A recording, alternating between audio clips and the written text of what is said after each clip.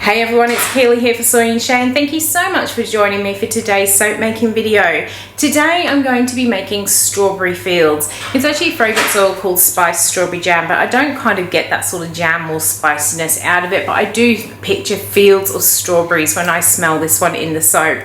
Now I do explain in the video, if any of you here in Australia have got this fragrance oil from off of Ilux, trust me, it smells much better once you get it into a soap, but I do explain that in the video. But for now, let's go and see how I make my strawberry fields soap. Let's go. Alright, so let's get into making this soap. I've got my oils and my sodium hydroxide distilled water solution. We're going to get the two of them mixed in, and then as always split it out for the colours, and then grab that fragrance oil as well.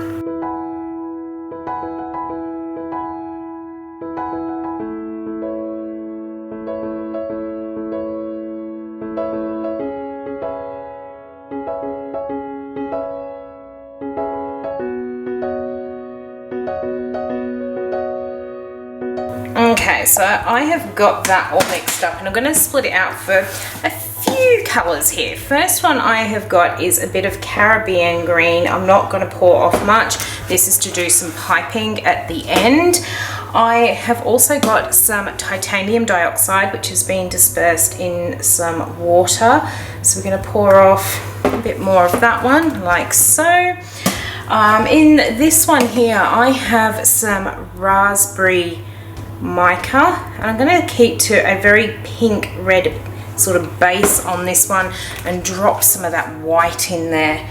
In this container here I have some really red.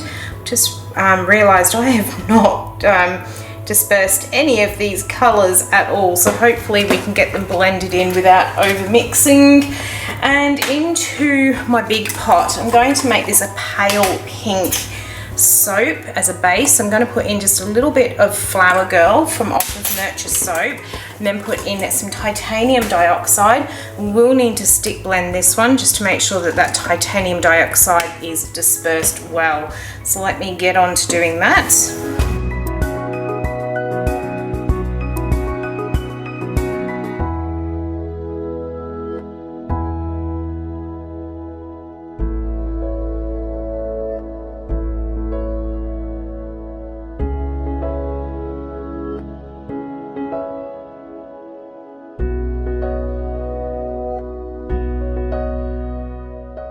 Okay, so let's get this fragrance. It's called Spiced Strawberry Jam, which I've had from off of Ilux. I did make my embeds with this one just to double check what it was going to do, and it didn't appear to do anything too funky on me. It hasn't discolored or anything like that.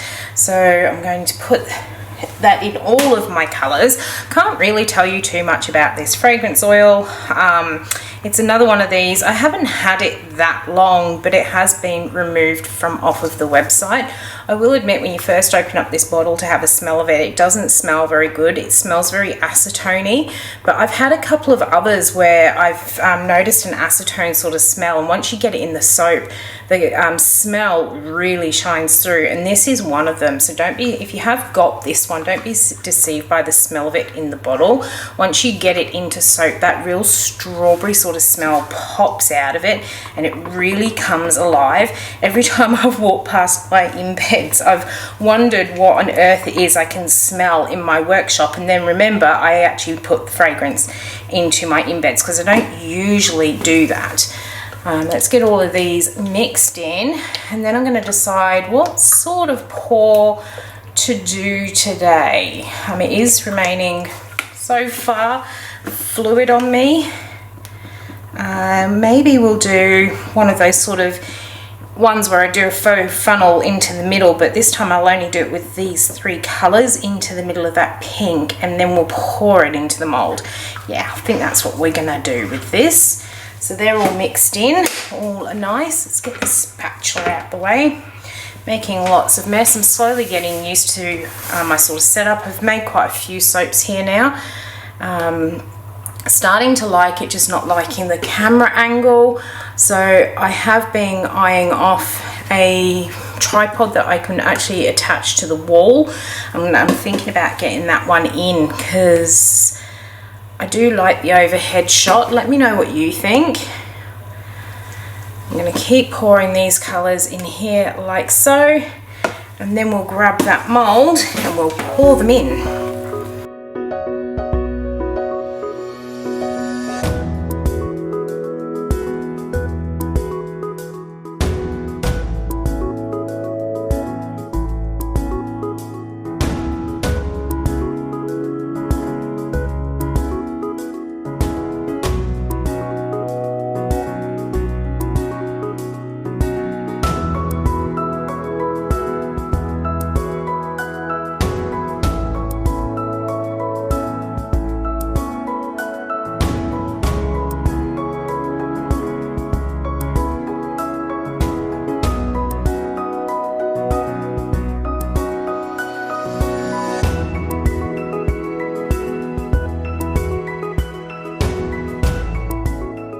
Alright, so I'm just going to leave this one sit here for about 5 minutes, and then we'll come back and we'll pop our embeds on the top. Alright, so we are ready to do the top of this one. Pretty much all of that swirl is going to get covered up. First thing I'm going to do is pop on a strawberry onto each of these. Some of them are going to get a whole strawberry, well, a whole half a strawberry. Some are going to get chopped. I'm not going to be too particular about them because I do have lots of other little embeds to go on here as well, so I need to make sure I've got plenty of space. So first up, these are the strawberries. I did a video a while ago about a pinky seal mold that I made. I'll leave a link up in the corner, and I do get lots of people ask me if I still use that mold. I did it a few years ago, and yes, I do. This is one of the molds I made, was a strawberry one, and I use it quite a lot. I actually do want to make myself another one, not because there's anything wrong with that pinky seal mold, but because the strawberries that season were so big, and sometimes they're just a little bit too big for the soaps. And I've noticed this year we've got some smaller strawberries, so I am contemplating getting myself some smaller strawberries and actually making myself some smaller a smaller silicone mold, just because they'll sit nicer on the soaps. So each of them have now got one strawberry, half. That was a big half. The other embed I have piped myself at some little white flowers to go on here, just to represent the little flowers that you get in a strawberry patch. So we're gonna fill in between with these, and then that green that I've got left over, I will pipe on some leaves.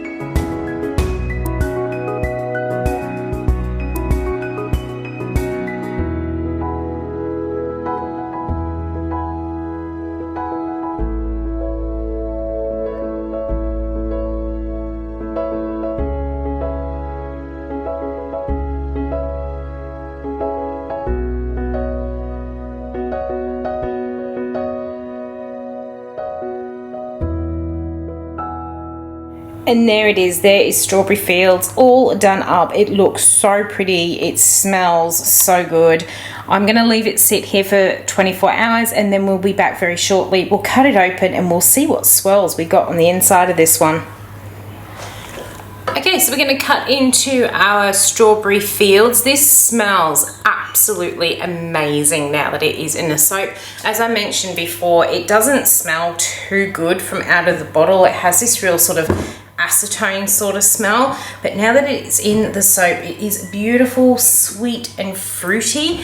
And I also get a slight sort of hop sort of smell, you know, that sort of beery sort of smell, which gives it that sort of spiciness. But I wouldn't exactly call it a spiced strawberry jam. It doesn't seem to have those sort of things that I would associate, but it does smell really, really good. Gonna get cut through here. Loving the colors. It has gone almost through, and thunk. Let's take a look at what we got on the inside. So we'll go for a middle one here. Ooh, and look at those swirls. I like. That is the other side of it as well. Really pretty. Love the top as well. It just smells so good. I've got another burst of this fragrance as I kind of cut into it. Let's grab one from down there. Again, we've got some more really swirly swirls on that one as well. And there's some more. It did behave really, really well, which is how we've managed to get those nice swirls. I'm kind of working out to get these really, really good swirls and some of the curly whirlies. It is all to do with how fluid your batter is and how quick you actually pour it. And it's kind of that vortex as you're pouring it that should hopefully swirl the soap around. But I absolutely love how this bar has come together. So I hope you've enjoyed watching how I made my strawberry field soap. If you did, why not leave me a thumbs up and any comments down below. And if you follow along with me on Instagram or Facebook, you'll see when this soap is available and ready to go. So until the next video comes out, I hope you have a great one, and I will see you then. Bye.